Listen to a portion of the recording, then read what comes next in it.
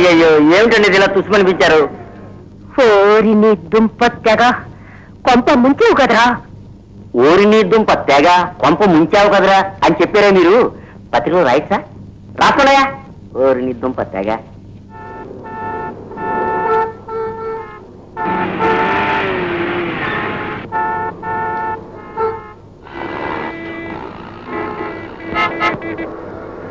Hi, నిన్నే meet అవ్వాలనుకున్నాను. గౌర్ని నేను పెళ్లి చేసుకుంటున్నాను. పత్రికల్లో న్యూస్ చూశాను. నీ ఉద్దేశం ఏమిటి? గ్రీన్ సిగ్నల్ పడించాడు. నువ్వు గ్రీన్ సిగ్నల్ ఇచ్చావనుకుంటాను. బాబాయ్,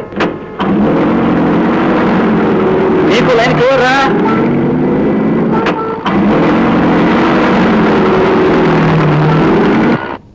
లల్లి డార్లింగ్, నా వైలిన్ తీసుకురా. రండి రండి. ఎరా మూర్తి, విడాకులు తీసుకున్నాను విన్నాను. అవును, కోర్టులో తీర్పిచ్చారు. అంతా అయిపోయింది. విడాకులకి తీర్పిచ్చేశారా? అర్థం లేకుండా ఉంది. భార్యాభర్తల మధ్య పొత్తు లేదంటే విడాకులు ఒక్కటే దారి. ఇందులో పోయి సెంటిమెంట్స్ ఏమీ చూడకూడదు. సెంటిమెంట్స్ ప్రేమ బంధాలు లేవంటే సొసైటీ చెడిపోతుంది. వివాహం ఎంత పవిత్రమైందో తెలుసు కనుకే చెప్తున్నాను. వివాహం అంటే అది దేవుడు కాదు, ఒక తతంగం అంతే. ఇది మన సౌకర్యం కోసమే ఉంది. మరి ఇంకెందుకురా అగ్ని సాక్షిగా పెళ్లి చేసుకోవడం? మన సౌకర్యాలకు అనుకూలం కాకపోతే రాజ్యాంగ చట్టాలే మారుస్తున్నాం కదా. ఒకళ్ళకొకళ్ళు అడ్జస్ట్ అవ్వాలి. 3 పిల్లలంటే వీడు మాత్రమే అడ్జస్ట్ కావాలంటే అది న్యాయమేనా? భర్త మీద భార్య కూడా ప్రేమ ఉండాలి కదా. రే పిచ్చడా, ఆవిడికి నీ మీద హద్దుమీరిన ప్రేమ ఉన్నందుకే కదా ప్రాబ్లం వచ్చింది. సరే, అందుకని మొగుడిని కాల్చుకుని తింటూనే ఉంటే ఇంటర్వెల్లే లేకుండా భార్యకి మానసం ఉండడం తప్పని చట్టంలో ఉందా?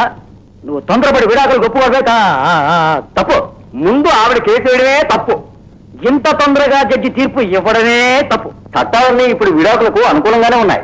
ఈ కాలం పిల్లల స్పీడ్కి న్యాయస్థానం విడాకుల తీర్పు ఇవ్వచ్చురా, కానీ దేవుడు అంత త్వరగా విడాకుల తీర్పు ఇవ్వడరా. It takes time. తొందరపడి ఆవేశంలో తీసుకున్న విడాకులు రా ఇవి. నేను దీన్ని ఒప్పుకోలేనంతే. ఇది కంటెంప్ట్ ఆఫ్ కోర్టు కాదా? అరే సార్ ఉరగాయ, కంటెంప్ట్ ఆఫ్ గాడ్ ముందు కంటెంప్ట్ ఆఫ్ కోర్టు ఎక్కువ. చేయి దాటిపోయిందిరా. గౌరవ క్రికెటర్ గురువుని పెళ్లి చేసుకోబోతోంది. వచ్చే 24వ తేదీ.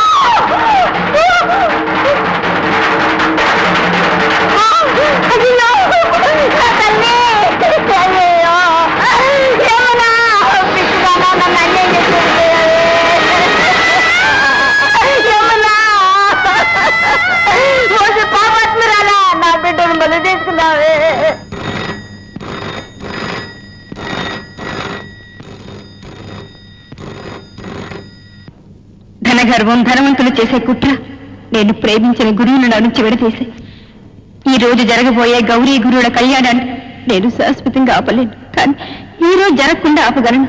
అదే చేశారు.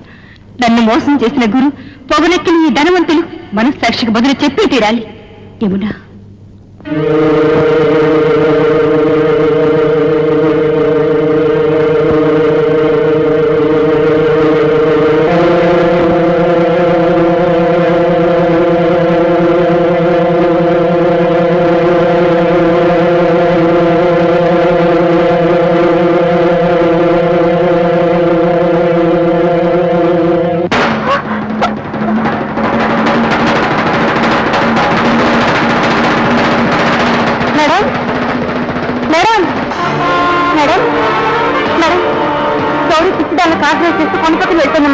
మన రెడ్ కోట్ కార్లు.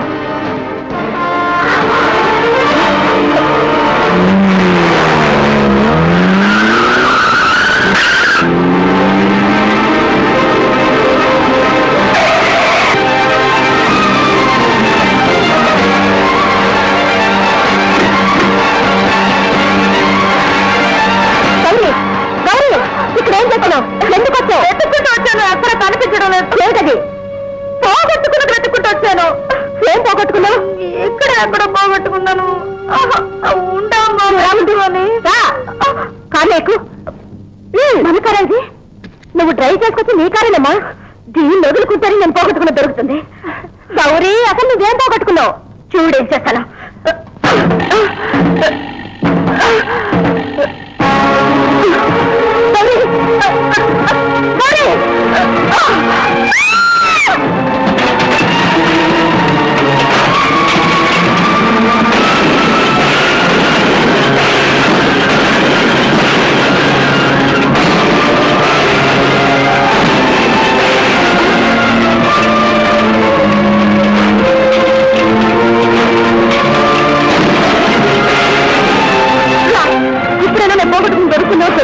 ఏదైనా సరే డబ్బుతో కొంటానన్నావే, ఇప్పుడు పోగొట్టుకుని కొని ఇచ్చావా? అయ్యో అయ్యో, అసలు పోగొట్టుకున్నది ఏంటమ్మా? నీకు అర్థం కాదు.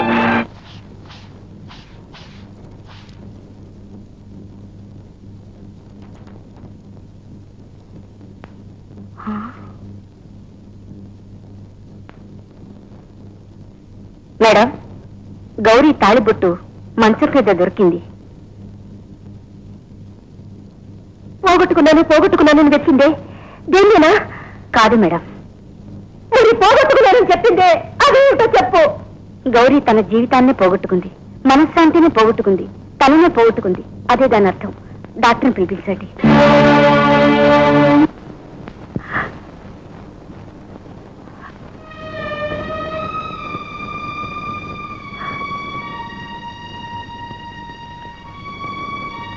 అల్లుడు గారు. ఎవరు మీ అల్లుడు? ఆ బంధాలన్నీ తెగిపోయాయి. ఎందుకు వచ్చారా? మీ దగ్గర క్షమాపణ కోవడానికి వచ్చాను. నేను చేసిన పాపానికి శిక్ష నా బిడ్డకిచ్చాడో దేవుడు. గౌరికి ఏమైంది? హాస్పిటల్లో చేర్చారు, మెంటల్ హాస్పిటల్లో. జ్యోతిని మిమ్మల్ని ఒక్కసారి చూడాలని ఆశపడుతుంది. మీరొక్కసారి గౌరిని చూడండి. నేను ఇంకేమీ కోరడం లేదు. నా బిడ్డకి ప్రాణభిక్ష పెట్టండి.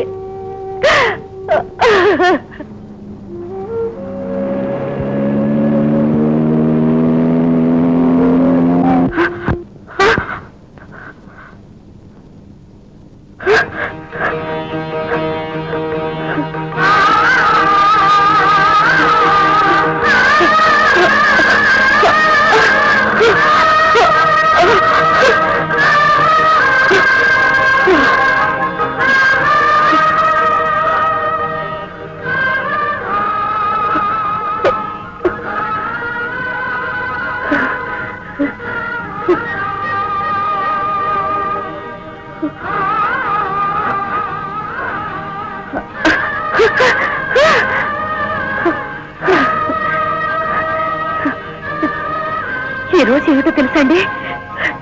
జూన్ 1వ తేదీ మన పెళ్లి రోజు. తీసుకోండి స్వీట్. నువ్వు తీసుకో. ఈ రోజు మా వెడ్డింగ్ డే. వివాహానికి అర్థం ఇప్పుడే నేను తెలుసుకున్నాను. మధు, ఇప్పుడు నేను ఆరోగ్యంగానే ఉన్నాను. కానీ నాకు ఒంట్లో బాగోలేదని అంటున్నారు. నేను నీ పేరేంటో అడగలేదు. అదరాని మాటలు ఎన్నో అన్నాను. క్షమించే. అవును, నీ పేరేంటి? జ్యోతి.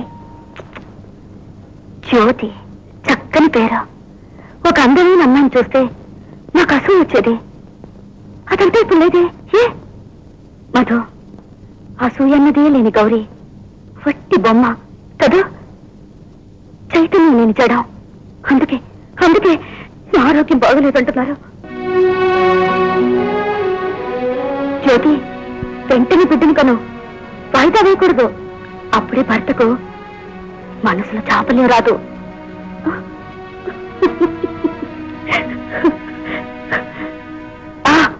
మీకు ఆడపిల్ల కాని పుడితే నా పేరు పెట్టుకుంటారా ప్లీజ్?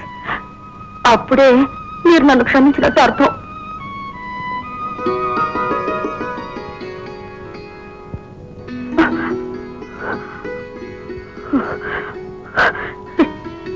జ్యోతి, నేను ఒకే ఒకసారి మధుని కిస్ చేయాలి. అందుకు నాకు హక్కుంది.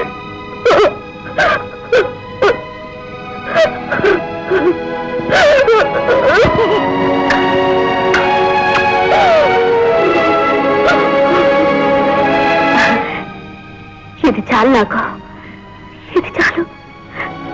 నా దృష్టిలో నా కథ అంతా పూర్తయిపోయింది. ఈ 2 సంవత్సరాల్లో ఒక ప్రత్యేక ప్రపంచాన్ని చూశాను నేను. ఇప్పుడు చూడ, నేను వేరే లోకంలో జీవిస్తున్నాను. ఆకులు, చెట్లు, కొమ్మల మధ్య పిచ్చివాళ్ళు లేని చోట. ఇప్పుడు నేను ఎవరినైనా సరే ప్రేమించవచ్చు, ఇష్టపడిన వాళ్ళని పెళ్లి చేసుకోవచ్చు.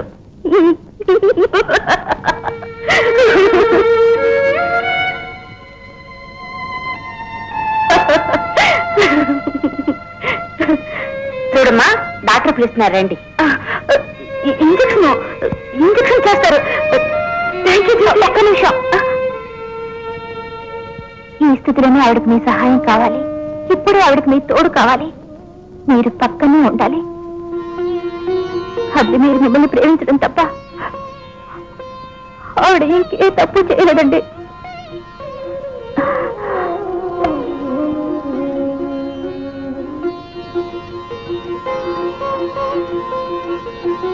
ఈ చేను ఆవిడ మెల్ల వేయండి. మీ పెళ్లి రోజుకి బహుమతి. ఎప్పటికీ మీ పెళ్లి రోజుగానే ఉండాలి. 12వ దంపతుల్లాగా మీరు కూడా అనుకూలంగా ఉంటూ 50వ పెళ్లి రోజు చేసుకోవాలి. వెయ్యండి.